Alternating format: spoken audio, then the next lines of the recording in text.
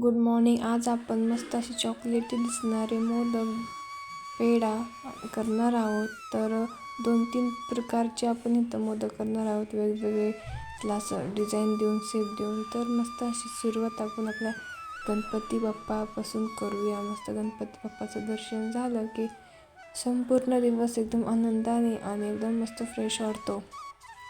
तर हे चॉकलेटी मोदक मस्त असे दिसायला पण छान दिसतात, खायला पण टेस्टी लागतात.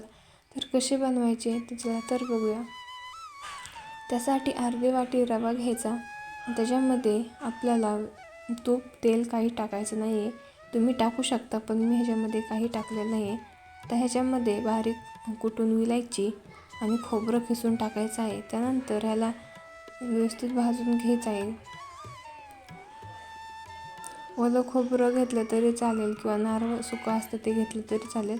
व्यवस्थित भाजून घेतला. तर ह्याच्यामध्ये मिल्क पावडर टाकले. 2 पॅकेट मी मिल्क पावडर ॲड केली. जर तुमच्याकडं नसेल तर तुम्ही दुधाचा वापर करू शकता. इथं मी पाण्याच्या ऐवजी तुम्ही दूध पण टाकू शकता. तर आता मी पाणी टाकून ह्याला असं एक हाताने चांगलं मिक्स केलं आहे, कारण की गुठळ्या होणार नाहीत. आता ह्याला असं मिक्स करायचं आणि एक कमी गॅसवरती 1 ते 2 मिनटं असं हलवत राहायचं, गुठळ्या वगैरे होणार नाही. आणि ह्याला एकदम असं घट्टसर होईपर्यंत त्याला असं हलवत राहायचं.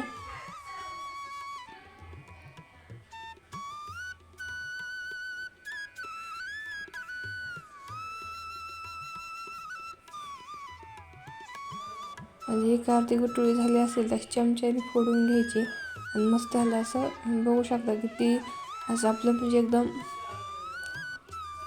मस्त टेक्स्चर आलं ह्याला आणि एकदम ह्याच्यासारखं दिसते, आपलं खव्यासारखं दिसते. मिल्क पावडरने ह्याला खूप छान टेस्ट येते.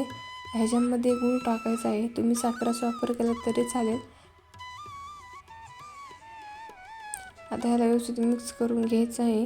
जर तुम्ही रवा नाही वापरला, सगळी पूर्ण तुम्ही 1 ते 2 वाटीपासून फक्त मिल्क पावडर वापरून ही रेसिपी बनवली तरी पण होईल. एकदम सोपी आहे. तर बघू शकता मस्त आपल्याला आता घट्ट झाले. आता ह्याला थंड होण्यासाठी आपण ठेवून देऊया. थंड झालं ना तर अजून घट्ट होईल.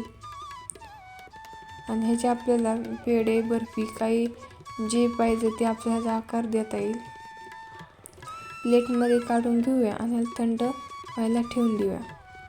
आता आपल्याला एक हॅपी बिस्किट घ्यायचं आहे आणि त्या बिस्किटाच्या अशा प्रकारे पावडर करून घ्यायची आहे. त्याच्यामध्ये थोडंसं दूध किंवा पाणी टाकून असं मिक्स करून घ्यायचं आहे, असं मळून घ्यायचं याला. तर आता आपण रेडी करूया.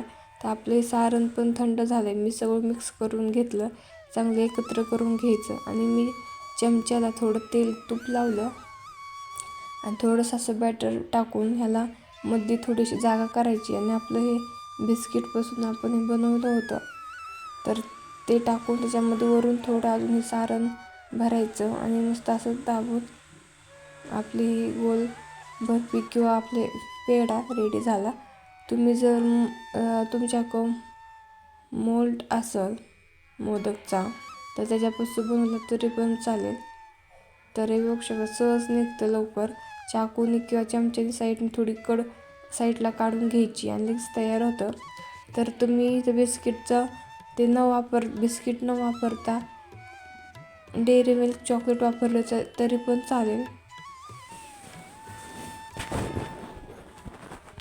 आता ह्याच्या मी मोदक करते. आता मी काही मोदक, काही पेढे, काही गुलाबजाम सारखे आकार देणारे वेगवेगळे जे आपल्याला ह्याचा आकार द्यायचा ते आकार देऊ शकतो आपण.